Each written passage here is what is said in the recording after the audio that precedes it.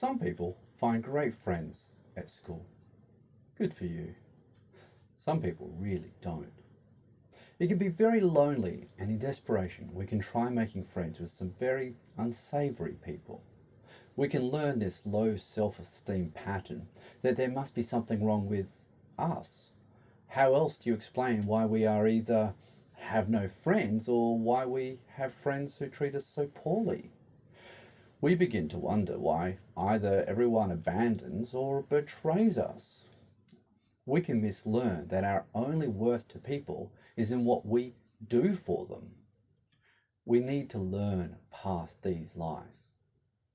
Welcome to Joshua Davidson Therapy. I am Joshua.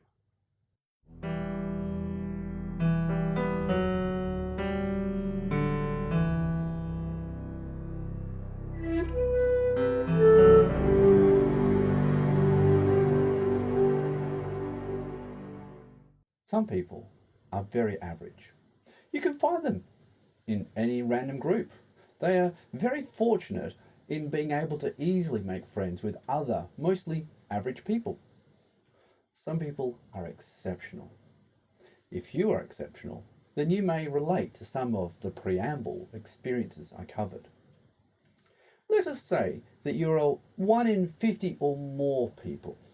That means that finding a compatible person in your primary school class or year group is not likely. It seems odd to me that primary school people usually only seem to make friends within their year group. Often you will latch on to one person at a time, trying to be their friend, whether they want it or not, and desperately try to figure out how to do this friendship thing.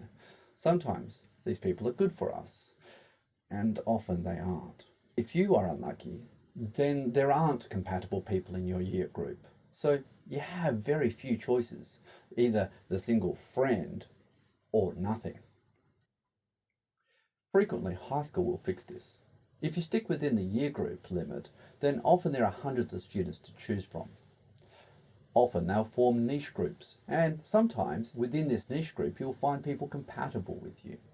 If you break through the year group limit, then your choice range expands to 1,000 or more people, depending on the size of your high school.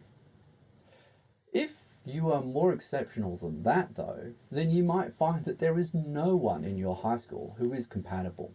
You might flit around a few almost compatible groups and not connect, and find yourself lonely again. This can also happen if someone in that niche group you're interested in is just too toxic for you to manage. In this case, you might fall into connecting to people who are bad for you, leading you astray, possibly into criminal activities or abusive relationships. This bad connection type can lead you to learning that your worth is in accepting abuse, doing bad things, or in how useful you are to other people, leading to later trying to earn friendships through either services or gifts. It is a lie. If you manage to avoid these people, then you might just decide that you are unlovable because you are so alone. After all, everyone else seems to have friends, so it seems logical and reasonable that there must be something wrong with you. This is also a lie. Let us say that you are as rare as 1 in 1,000 or perhaps 1 in 10,000 people. Either way, the odds of finding a compatible person in a primary school or high school is against you. How many people are in your local city? Where I live, there are about 2.5 million people. That means that there are either 250,000 people like you, if you're in the 1 in 1,000 category, or 25,000 people if you're as rare as 1 in 10,000. That's actually quite a lot. Imagine walking into a convention with 10,000 compatible people. People like you. But how to find them? Most people who have lonely childhoods avoid crowds and putting themselves out there. And unfortunately, there isn't really any introverts nightclub you can just go to and hook up. Or is there? I am pretty sure you have a thing that you're passionate about, a hobby or an interest that you care about. It might be a game or a craft or a specialty sport or a specific period in history or a political ideology or so forth. Some of you are thinking, no, none of those. I have no special interest yet. Which would you like? For those worried you won't be good enough to join a group, that is yet another lie. Of course, you are going to start out crap at the new hobby, or may not be as good as other people.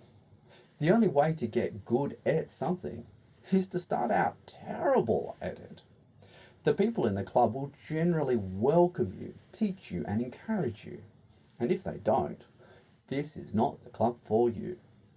Time to move on to a better one. Now, how to find them. Have you ever heard of this thing called the internet? It's all the rage. All the young folk are doing it these days. Do a search. Ask your online contacts. Ask real life people. If your interest is actually fairly common, such as crochet or sport, your local government council probably has a list. If it is more niche, then there is usually an advertisement or social media group somewhere. Many of the people in the group won't be just like you, but some may be closer. Get to know them. Ask about other groups, who they are interested in, what they do. Get involved in those groups. Explore, make mistakes, heal, and go again. Try it. It works. Thank you for your time.